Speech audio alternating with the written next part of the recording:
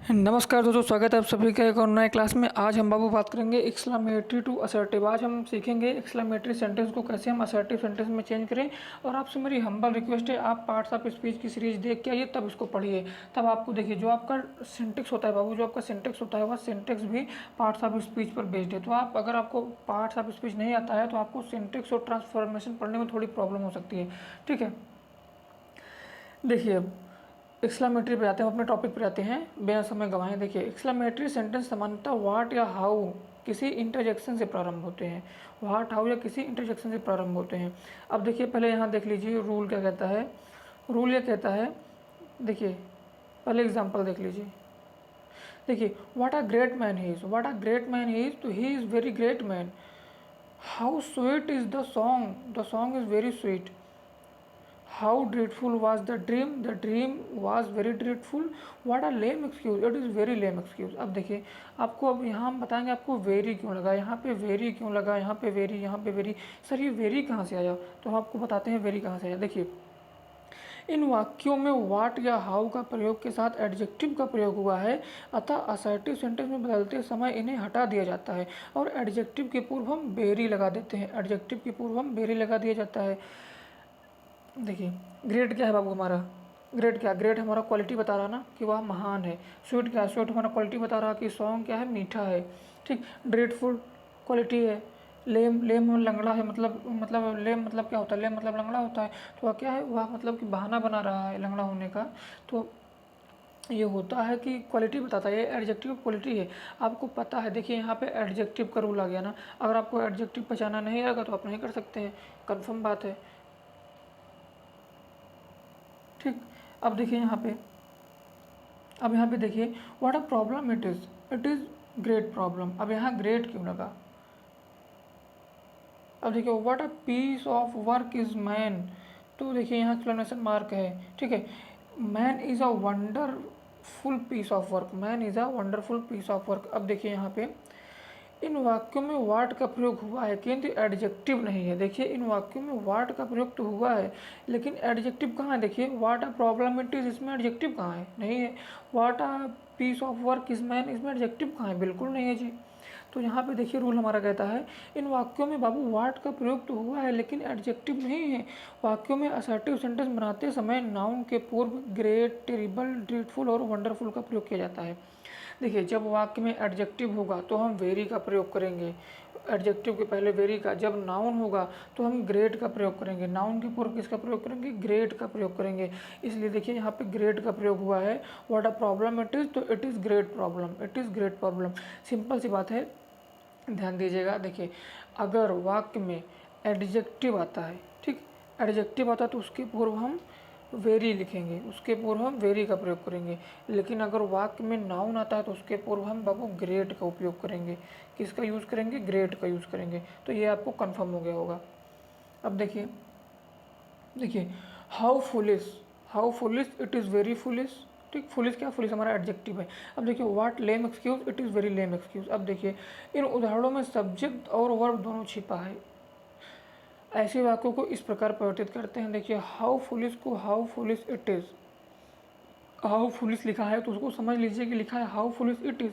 और वाट अ lame excuse लिखा है तो उसको समझ लीजिए वाट अ लेम एक्सक्यूज इट इज़। ठीक है, तो इन दोनों नियमों के अनुसार बदल दीजिए। तो देखिए what a foolish, it is a very foolish, जैसे आपको पता है फुलिश हमारा मूर्ख मतलब क्वालिटी उसकी बता रही है। ठीक है, वाट अ लेम एक्सक्यूज, लेम आपको मैंने बताया है कि लेम हमारा क्या है बाबू, लेम हमारा एडजेक्टिव है। लेम हमारा एडजेक्टिव है, लेम हमारा क्या है, विशेषण है। ठीक, क्वालिटी बताता है।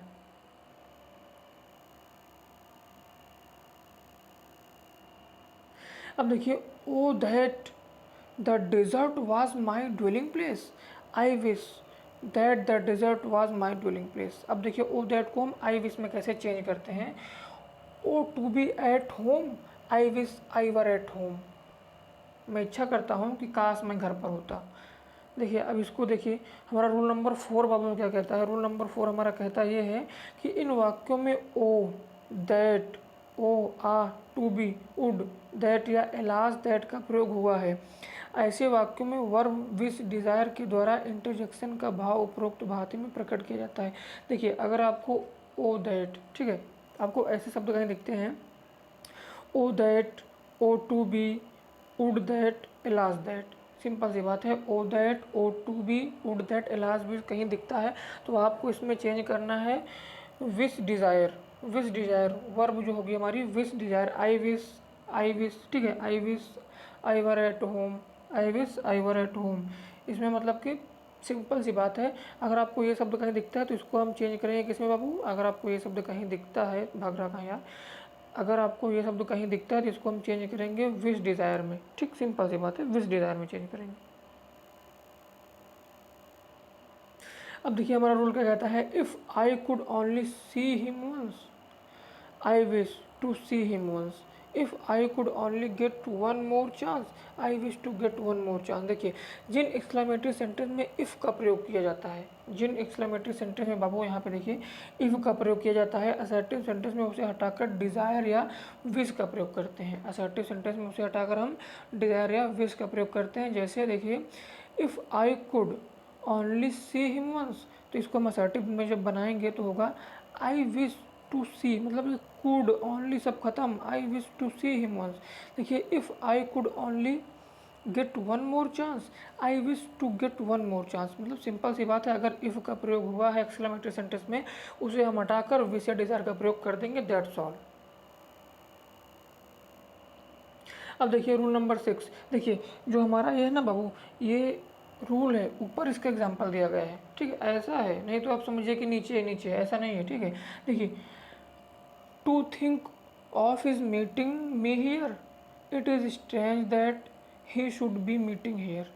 अब देखिए यदि एक्सक्लेमेटरी सेंटेंस में वाक्य इन्फिनेटिव टू से प्रारंभ हो, इन्फिनेटिव टू से प्रारंभ हो, उससे बदलकर इट इज़ स्ट्रेंज या इट इज़ सेड का प्रयोग करेंगे। देखिए याद रखिएगा, ये सब रूल याद होना चाहिए यार, तभी आप बोर्ड परीक्षा में कर सकते हैं। नहीं ऐसे आ गया, ऐसे आ गया, मान लीजिए देखिए to imagine my seeing a ghost instead of my friend, तो आप क्या करेंगे, उसको चेंज दे देगा, चेंज टू असर्टिव सेंटेंस, आप क्या कर पाएंगे, कुछ नहीं कर पाएंगे। और एक्सप्लेनेशन मार्क का जरूर ध्यान दीजिएगा, ठीक है। देखिए यहाँ पे होगा, यदि एक्सक्लेमेटरी सेंटेंस इन्फिनेटिव टू से होता है, स्टार्ट होता है, तो उसको हम उसको हटाकर उसके स्थान पर इट इज़ स्ट्रेंज या इट इज़ सैड का प्रयोग, सैड का प्रयोग करते हैं। देखिए जैसे एलास सॉरी देखिए जैसे यहाँ पे देखिए to think of his meeting me here, देखिए इट इज़ स्ट्रेंज दैट, ठीक है, he should meeting me here, he should meeting me here. To imagine my seen, देखिए इट इज़ स्ट्रेंज दैट का प्रयोग करेंगे, it is strange that, it is strange that, मतलब it is strange that का प्रयोग करेंगे, और इट इज़ स्ट्रेंज दैट या इट इज़ सैड दैट, ठीक है। अब देखिए एलास हीज, देखिए alas she died so young, Bravo you have done well. अब देखिए इसका देखिए रूल क्या कहता है, जिन वाक्यों में एलास, हुर्रा, ब्रावो आदि शब्द का प्रयोग किए जाते हैं उन्हें असर्टिव सेंटेंस बनाते समय हम एलास के लिए इट इज़ सैड, जैसा कि आपको पता है एलास जो होता है वह दुख का संबोधक होता है, तो इसके लिए हम इट इज़ सैड का प्रयोग करेंगे। ब्रावो, ब्रावो मतलब होता है खुशी का, ठीक है, ब्रावो मतलब किसी को मतलब प्रेज़ करने के लिए होता है, तो it is a matter of praise. Hurrah के लिए हम it is a matter of Joy. Hurrah का जैसा कि आपको बाबू पता है, हुर्रा मतलब होता है खुशी, पूरा मतलब होता है खुशी व्यक्त करना, ठीक है, खुशी को एक्सप्रेस करना, तो वही होता है it is matter of Joy, it is matter of Joy. तो यहीं पे देखिए, यहाँ पे इसीलिए किया गया है, देखिए एलास लिखा है यहाँ पे, सिंपल सी बात है, पहचानने का ही ट्रिक है, एलास से अगर वाक्य शुरू होता है तो आप वहाँ तुरंत इट इज़ सेड दैट का प्रयोग करके आ जाइए, कोई माइक लाल पैदा नहीं जो आपका मार्क्स काट दे, ठीक है। देखिए alas she died so young, it is sad that she died so young, Bravo you have done well, it is matter of praise that. ये देखिए दैट का भी प्रयोग होगा, दैट का भी प्रयोग होगा, दैट का प्रयोग सब में दैट का प्रयोग होगा, जो मैंने आगे बताया उसमें भी देखिए दैट का प्रयोग यहाँ पर भी हुआ था स्ट्रेंज वाले में, यहाँ पे देखिए स्ट्रेंज वाले में हुआ है ना, it is strange that, it is strange that, तो दैट का प्रयोग होगा, ठीक है। तो it is matter of praise that you have done well, बस सिंपल सी बातें हो गया, यहाँ देख लीजिए, ठीक है, कॉपी में लिखते जाइए, कॉपी में लिखते जाइए। अब देखिए यहाँ हम देखेंगे बाबू असर्टिव सेंटेंस को, अभी देखिए अभी तक हम पढ़ रहे थे एक्सक्लेमेटरी चेंज टू असर्टिव, अब हम सीखेंगे यहाँ पे असर्टिव चेंज टू एक्सक्लेमेटरी, हम असर्टिव जो है उसको एक्सक्लेमेटरी में कैसे चेंज करेंगे।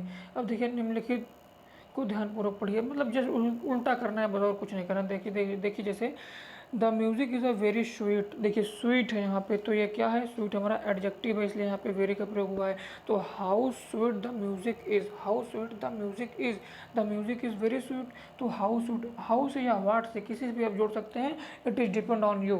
देखिए I wish that spring were eternal, देखिए ओ दैट, देखिए मैंने आपको बताया हूँ जो ओ दैट का वाक्य होगा या उड दैट होगा, ठीक है, उसके लिए हम क्या करेंगे, उसके लिए बाबू हम आई विश का प्रयोग करेंगे, आई विश दैट। तो O that spring were eternal, देखिए इट इज़ सेड दैट, देखिए इट इज़ सेड दैट, तो आप तुरंत इट इज़ सेड मतलब एलास, ठीक है, alas my brother died, it is said that my brother died, alas my brother died. I wish that I were born in a free country, O that I were born in a free country.